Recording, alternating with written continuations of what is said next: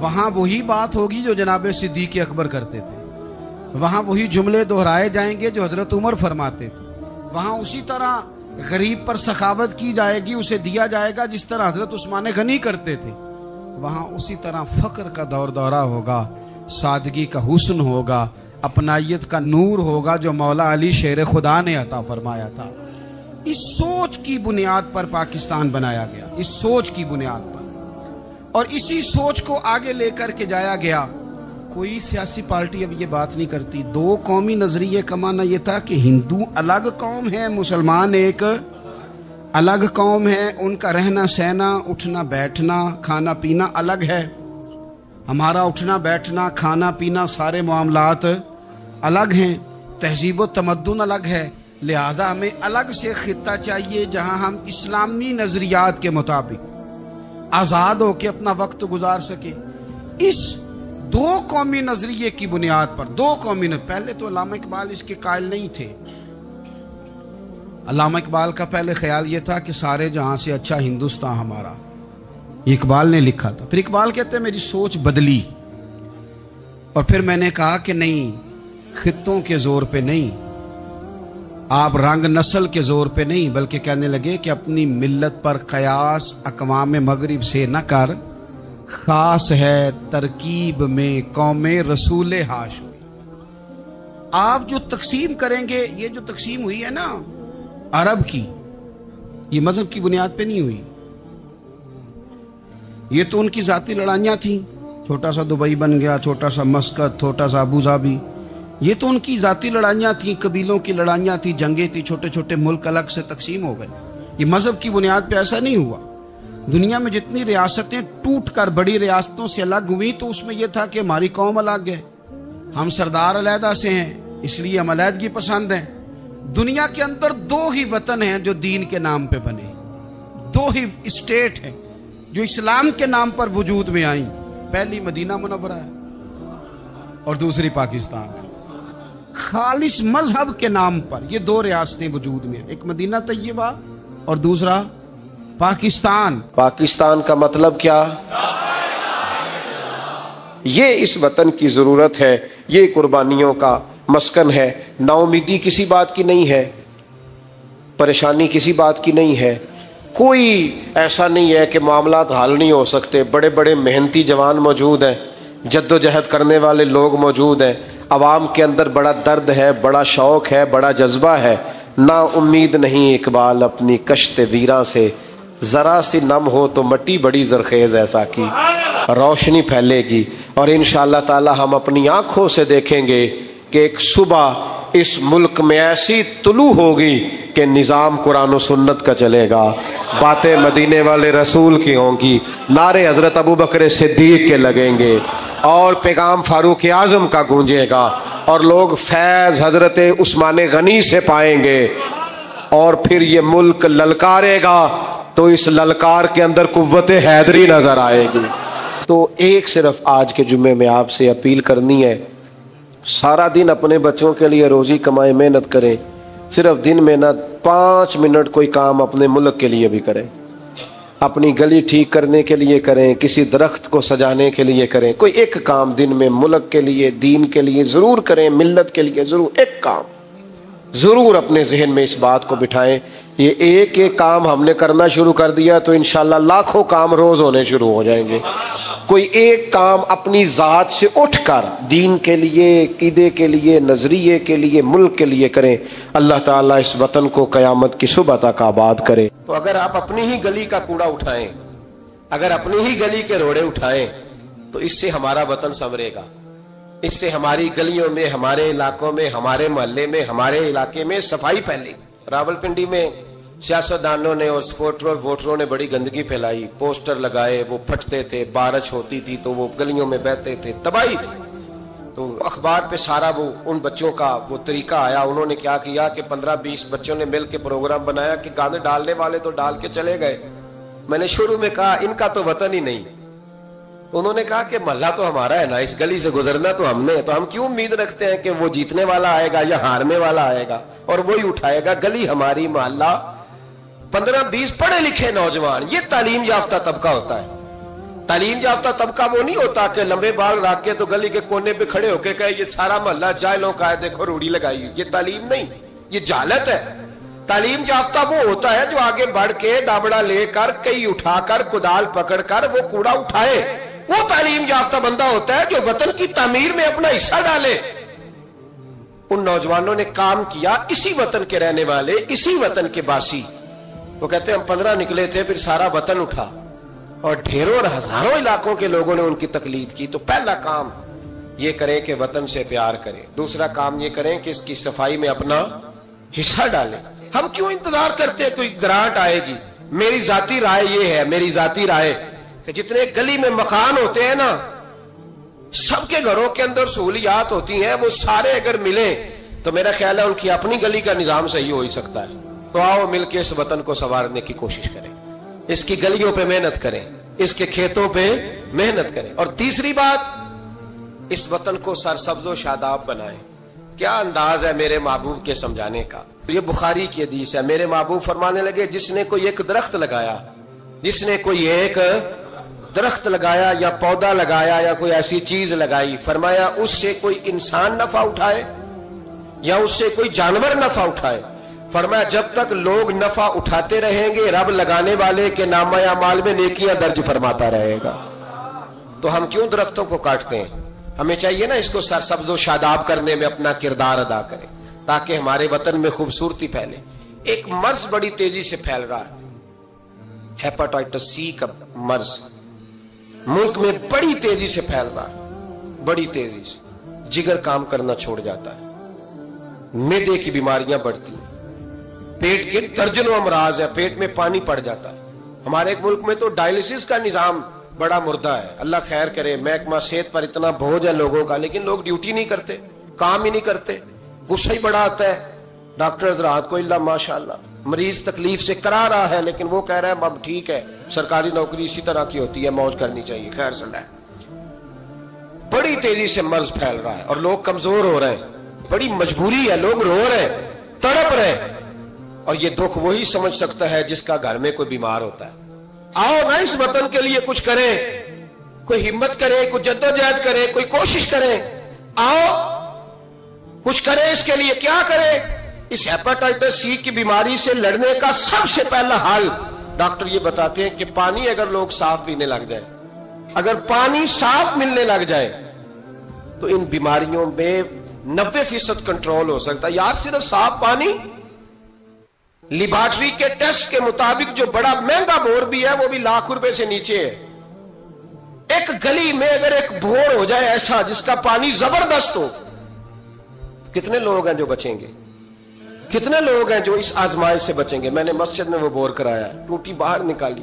میں ایک دن رات کو 1:30 بجے آیا تو باہر ٹوٹی سے 2-3 لوگ پانی بھر رہے تھے، 2-3 لوگ. تو 1:30-2 بجے رات کے تو میں نیچے اترا تو میں نے کہا خیریت ہے. اچانک میری طبیعت میں یہ خیال آیا کہ کوئی مجبوری ہو گئی ہوگی اس وقت، کوئی مریض نہ ہو.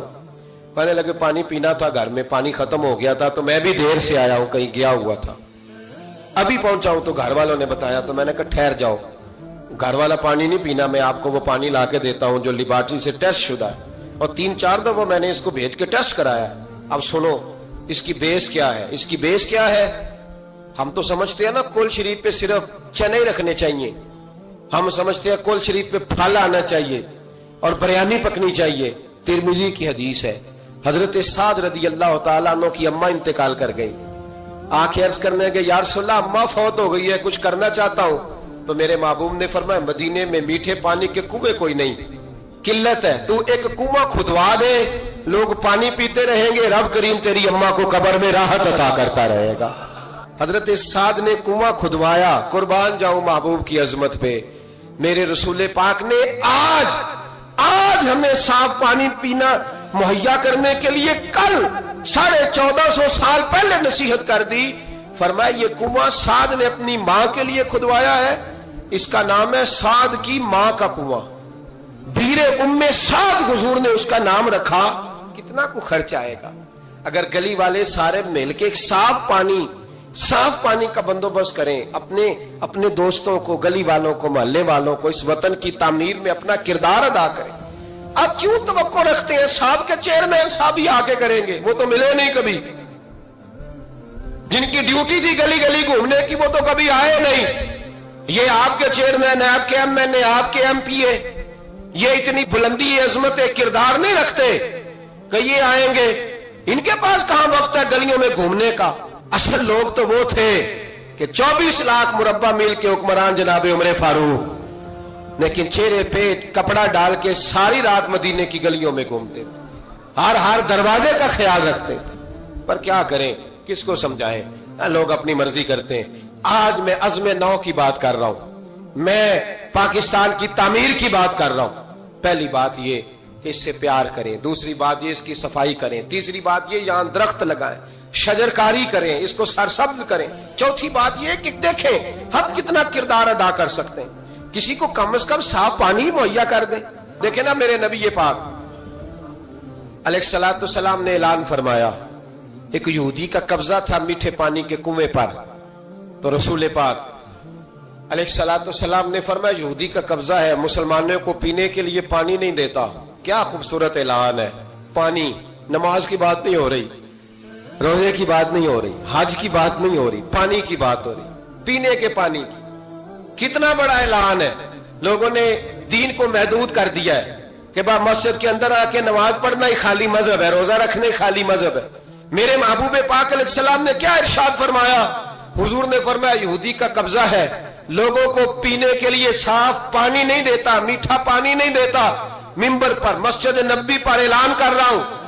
حضور فرمانے لگے جو اس سے کنواں خرید کر وقف کرے گا یہ میرے ہاتھ میں جنت کی ٹکٹ ہے. حضور فرمانے لگے مصطفیٰ کا وعدہ ہے پانی کے لیے، یعنی پینے کا پانی، یعنی لوگوں کے حلق سے پانی اترے. جاگو جاگو، وطن کے لیے کرو، محنت کرو، آگے بڑھو. میرے رسول پاک علیہ السلام نے فرمایا جو میرے مدینے والوں کے لیے پانی کا کنواں وقف کرے گا میں جنت دیتا ہوں. حضرت سیدنا عثمان غنی پہنچ گئے، اس کے پاس پہنچے. 6,000 یا 7,000 دینار کا کنواں تھا. اس نے کہا میں ایک دن کے لیے دوں گا، صرف ایک دن میری باری. ایک دن 6-7 ہزار دینار مانگے، حالانکہ کنواں 6-7 ہزار دینار کا کل تھا. مسجد کے لیے زمین کی بات نہیں ہو رہی، مدرسے کے لیے زمین کی بات نہیں ہو رہی، کنویں کے لیے پینے کا پانی لوگوں کو مہیا کرنا ہے، عام عوام کو. اور اس وقت صرف بات بھی مسلمانوں کی نہیں، یہودی بھی پیئیں گے، دیگر لوگ بھی پانی پیئیں گے. میرے نبی پاک علیہ السلام کے غلام نے کہا کنواں دے دے. کل کنواں سارا 6-7 ہزار دینار کا تھا. کہنے لگا میں نے نہیں دینا. جناب عثمان بیٹھ گئے، فرمایا تو بات کر کتنے کا دے گا؟ اس کے منہ سے نکل گیا 40,000 دینار. 40,000 دینار. مسجد کی زمین نہیں خریدی جا رہی، ادارے نہیں بن رہے، اگرچہ یہ اصل ہے دین کی، خریدنی چاہیے. پانی کا کنواں، وطن کی تعمیر. جناب عثمان غنی رضی اللہ تعالیٰ عنہ فرمانے لگے تو نے اپنی اوقات کے مطابق پیسے مانگے، ورنہ میں تو 60,000 دینار لے کے آیا تھا. تیری اوقات اتنی تھی، تو یہودی ہے نا، تمہاری اوقات اتنی ہے، انہیں اوقات کے مطابق مانگے، میں 60,000. اس نے کہا عثمان سمجھ نہیں آئی، ساری زندگی تجارت کرتے رہے ہو، 40,000 دینار کنویں کے لیے؟ آپ فرمانے لگے تو بے ایمان ہے، تجھے کیا سمجھ آئے گی؟ اگر کسی کو 40,000 کے جنت کی ٹکٹ ملے، اور ملے بھی نبی پاک کے دستے مبارک سے، فرمایا یہ ہے ارض جنت، یہ طیبہ کی زمین ہے، جنت بھی یہی، مالک جنت بھی یہی ہے. آؤ پاکستان کی تعمیر کریں، آؤ اس کی گلیوں سے کوڑا اٹھائیں، اس سے پیار کریں، اس سے محبت کریں، یہاں درخت لگائیں، یہاں صاف پانی پینے کے لیے بندوبست کریں. اور میرے بھائی، میرا بچہ اگر تعلیم نہیں حاصل کرتا تو ساری انویسٹمنٹ اپنے بچے پر کرنے کی کیا ضرورت ہے؟ آگے بڑھو نا. وہ جو چائے والے کھوکے پہ چائے تقسیم کر رہا ہے وہ بھی بڑا لائق ہے، اس کے ابے سے ملاقات کرو، اس کو کہو لا یار میں تیرے بچے کا خرچ اٹھاتا ہوں، اس کو اسکول میں داخل کرا. ایک انجینئر ملے گا ملک کو، وہ جو گرمیوں کے موسم میں نا ٹھنڈے پانی کا کولر لے کے بس کے پیچھے بھاگتا ہے نا اور آواز دیتا ہے ایک گلاس پانی کا لے لو، ایک گلاس. وہ بڑا ذہین بچہ ہوتا ہے، بڑا ذہین ہوتا ہے. اس کی ماں کو بھی بڑا چاؤ ہوتا ہے یہ افسر بن جائے، اس کے پاس پیسے نہیں ہوتے، وہ غریب کا بچہ ہے. اس کو بلاؤ نا، اس کو کہو بیٹے آ. کبھی کبھی کسی چوک میں کسی ٹھیلے والی دکان پہ بریک لگتی ہے نا گاڑی کے، تو چھوٹے چھوٹے بچے دوڑ کے آتے ہیں، کہتے ہیں ہماری دکان سے سودا خریدو. ان میں بڑا ٹیلنٹ ہوتا ہے, بڑے ذہین ہوتے ہیں, لیکن نہ یہ امیر کے بچے ہوتے ہیں, نہ پیر کے ہوتے ہیں, نہ وزیر کے ہوتے ہیں. ان پر کوئی انویسٹمنٹ نہیں کرتے. آؤ آج ارادہ کریں کہ ہم ضروری تو نہیں کہ میرا بچہ ہی پڑھے, اگر میرا نہیں پڑھتا تو میں کسی کے بچے کو کتابیں خرید کے دے دوں, میں کسی کے بچے پر تھوڑی محنت کروں. آؤ میں تمہیں پھر لے چلوں مدینے کی گلی میں, میرے مصطفیٰ کریم صلی اللہ تعالی. حضور گزر رہے, دن تھا عید کا, عید کے دن حضور گزر رہے تھے اور نبی پاک نے گود میں امام حسن حسین کو بٹھایا ہے. گھوڑے پہ حضور جا رہے ہیں, رستے میں ایک بچے کو روتے ہوئے دیکھ لیا. میرے محبوب نے گھوڑا روکا. 10,000 صحابہ عیدگاہ میں عید کی نماز کے لیے منتظر تھے. حضور نیچے اترے, بیٹے روتے کیوں ہو؟ تو پھر رو پڑا, کہنے لگا یتیم ہوں, ابا انتقال کر گئے, ہر بچے نے نئے کپڑے پہنے ہیں, محبوبہ چچا اور ماموں نے بھی میری طرف دیکھنا پسند نہیں کیا, رو رہا ہوں. 10,000 نمازی انتظار کر رہے, 10,000, اور میرے رسول پاک وطن کے غریب بچوں کا خیال کر رہے ہیں. حضور گھوڑے سے اترے, بچے کو ہاتھ لگایا, گھر لے گئے. کہا فاطمہ حسن کا کوئی نیا جوڑا پڑا ہے؟ کوئی نیا جوڑا پڑا ہے؟ بی بی صاحبہ کہنے لگی حضور نیا تو پہلے بھی کوئی نہیں تھا, یہ تھوڑا ٹھیک تھا جو میں نے دھلا کے حسن کو ڈالا ہے. آؤ اگر میرا بچہ نہیں پڑھتا تو کسی کے بچوں پہ توجہ کریں. میرے محبوب نے فرمایا فاطمہ اس طرح کر, حسن کو وہی والا دوبارہ ڈال دے جو پہلے ڈالا ہوا تھا, اور حسن کے وجود سے یہ کپڑے اتار, یہ کپڑے اتار, اور اس یتیم کے گلے میں یہ کرتا ڈال. حضور کیا ملے گا؟ فرمایا جب یتیم راضی ہوتا ہے تو اللہ بھی بڑا ہی راضی ہوتا ہے. اس وطن میں ابھی بھی بڑے بچے ہیں جو اسکولوں سے باہر ہیں, ان کی مجبوری ہے, ان کی اماں نے دوائی کھانی ہے, وہ ابھی بھی کھیل مرونڈا لے کے بیچ رہے ہیں, وہ ابھی بھی غبارے بیچنے نکلے ہوئے ہیں. اس وطن میں بڑی غربت ہے, بڑا دکھ ہے, بڑی آزمائش. اس پر بڑی باتیں میرے آشیہ خیال میں ہیں, لیکن وقت نہیں ہے, مجھے آگے بڑھنا ہے. پھر اس وطن کے دفاع میں اپنا کردار ادا کرو. ایک مولوی صاحب بیچارے سیٹ نہیں جیت سکے, تو انہوں نے کہا ہم 14 اگست ہی نہیں منائیں گے. یہ وہ بھائی مانوں کا گروپ ہے جنہوں نے کہا تھا کہ شکر ہے ہم پاکستان بننے کے گناہ میں شریک نہیں ہوئے. کس طرح یہ لوگ پارلیمنٹ میں جاتے ہیں, کس طرح ہمارے نمائندے بن گئے. یہ وہ لوگ ہیں جنہوں نے کہا تھا شکر ہے ہم پاکستان بننے کے گناہ میں شریک ہیں, اور خواجہ قمر الدین سیالوی کو خط لکھا تھا قائد اعظم نے, امیر ملت پیر جماعت علی شاہ صاحب کو خط لکھا تھا قائد اعظم نے کہ اگر اہل سنت کے پیر مدد نہ کرتے تو پاکستان بن ہی نہیں سکتا تھا. ابھی بھی تمہیں ہوش نہیں آئی, ابھی بھی تمہیں نہیں پتا کہ پاکستان کے دوست کون اور دشمن 14 اگست نہیں منائیں گے. تم اس قابل ہی نہیں ہو کہ تم منا سکو. تمہارے تو یرانے ابھی بھی باہر ہیں, ان کا یہ وطن نہیں ہے. یہ کہتے ہیں اگر اس وطن میں ہمیں کرسیاں دو گے تو ہم وطن کے دوست ہیں, ورنہ ہم وطن کے دوست. اللہ کی عزت کی قسم, ہمارے مشائخ نے کبھی کرسی نہیں مانگی, لیکن اس وطن میں جتنا کردار اہل سنت کے بزرگوں نے ادا کیا ہے کوئی دوسرا کر ہی نہیں سکتا. وہ کہتے ہیں 14 اگست نہیں منائیں گے, تو منا بھی نہیں سکتا, اور تجھے منانی چاہیے بھی اس لیے کہ تمہارا اس وطن سے کوئی تعلق. یہ امیر ملت پیر جماعت علی شاہ صاحب کا وطن ہے, یہ محدث اعظم پاکستان مولانا سردار احمد کا وطن ہے, یہ خواجہ قمر الدین سیالوی کا وطن ہے. تمہارا وطن تم وہیں چلے جاؤ جہاں سے تم آئے ہو, وہیں تم اچھے لگتے ہو. تو میرے بھائی وطن کی دفاع, وطن کی حفاظت, نوجوان ضرور اس بات پر توجہ کریں. حضرت انس بن مالک رضی اللہ تعالیٰ عنہ فرماتے ہیں مدینے کے کونے سے نا اچانک رات کو زور زور سے چلانے کی آواز آنے لگی. جب رات کو کوئی ایسا دھماکہ ہوتا ہے نا تو لوگ ایک دوسرے کو جگاتے ہیں. کہتے لوگوں نے ایک دوسرے کو جگایا, اب نوجوان اکٹھے ہو گئے, بزرگ بھی, کہ وہاں سے شور کی آواز آتی ہے, کچھ چیخرا, نیزیں, تلواریں اور برچیاں, ہر چیز لوگ سنبھال کے اسلحہ تیار کر کے پروگرام بنانے لگے کہ نوجوان آگے جا کے دیکھتے, بزرگ پیچھے رہتے ہیں, دیکھتے ہیں وہاں کیا ہے, مدینے کی حفاظت کرتے ہیں, کون آ گیا, کیا مسئلہ ہے. کہتے ہیں ہم ابھی پروگرام بنا ہی رہے تھے, آگے بڑھنے ہی لگے تھے کہ ہم نے دیکھا اچانک ہماری نظریں اٹھی. ہم حیران ہو گئے کہ جس طرف ہم جانا چاہ رہے تھے نبی پاک ادھر سے ہو کے واپس آ رہے, اور اکیلے نبی پاک, ہاتھ میں نیزہ ہے. ہم ابھی جانا چاہ رہے تھے اور حضور ہو کے واپس آ رہے, اور حضور فرمانے لگے چپ کر کے سو جاؤ, کچھ بھی نہیں, جانور لڑ پڑے تھے آپس میں, میں دیکھ آیا ہوں, کچھ بھی نہیں ہے. حضرت انس بن مالک فرماتے ہیں ہم غور سے حضور کا چہرہ دیکھنے لگے اور پھر ہمیں سمجھ آئی کہ مصطفیٰ کو اس وطن کی حفاظت کا کتنا خیال ہے. حضور نے ہمیں سکھایا ہے کہ جب وطن پر آفت آئے تو سوچنا نہیں ہے, غور نہیں کرنا, سب سے پہلے آگے بڑھنا ہے, آگے بڑھنا ہے, آگے بڑھ کے وطن کے دفاع کے لیے اپنا آپ پیش کرنا ہے. پاکستان سے پیار کریں, پاکستان کا کوڑا اٹھائیں, پاکستان کی مٹی سے پیار کریں, پاکستان میں درخت لگائیں, پاکستان میں غریبوں کی مدد کریں. جو بچہ محلے کا غریب سکول نہیں جاتا, محلے دار مل کے حفاظت کریں اس بچے کی, اس بچے کو سکول میں داخل کرائیں. بچوں کے اچھے مستقبل کے لیے جدوجہد کریں, صاف پینے کا پانی مہیا کریں. ہمارا وطن ہے, ہمیں اس کو آگے لے کے چلنا ہے. 14 اگست پہ یہ پیغام ہے, یہ میسیج ہے کہ تھوڑا تھوڑا کر کے اس وطن کی تعمیر میں اپنا کردار ادا کریں. اس کی گلیوں کو سجائیں سواریں, کبھی سڑک پر ریپر نہ پھینکیں, کبھی شاپر نہ گرائیں, کبھی کسی گندگی سے اس وطن کو آلودہ نہ کریں.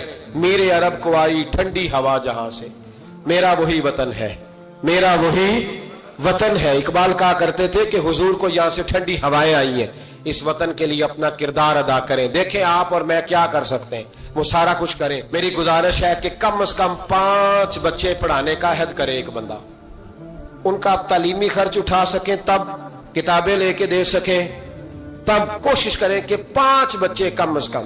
ہو سکتا ہے ایسا, اگر ہر پاکستانی 5 بچے پڑھانے کا ارادہ کر لینا تو لاکھوں بچے اسکولوں میں دوبارہ سے چلے جائیں گے. لاکھوں بچے. تھوڑا تھوڑا خیال کرے. اور اگر کوئی وہ کام کرے جو امام اعظم کرتے تھے, غریب کے بچے کو لے آتے تھے اور فرماتے تھے میں تیرے گھر کا خرچہ دوں گا, تو تعلیم حاصل کر. اسی کو وظائف کہا جاتا ہے.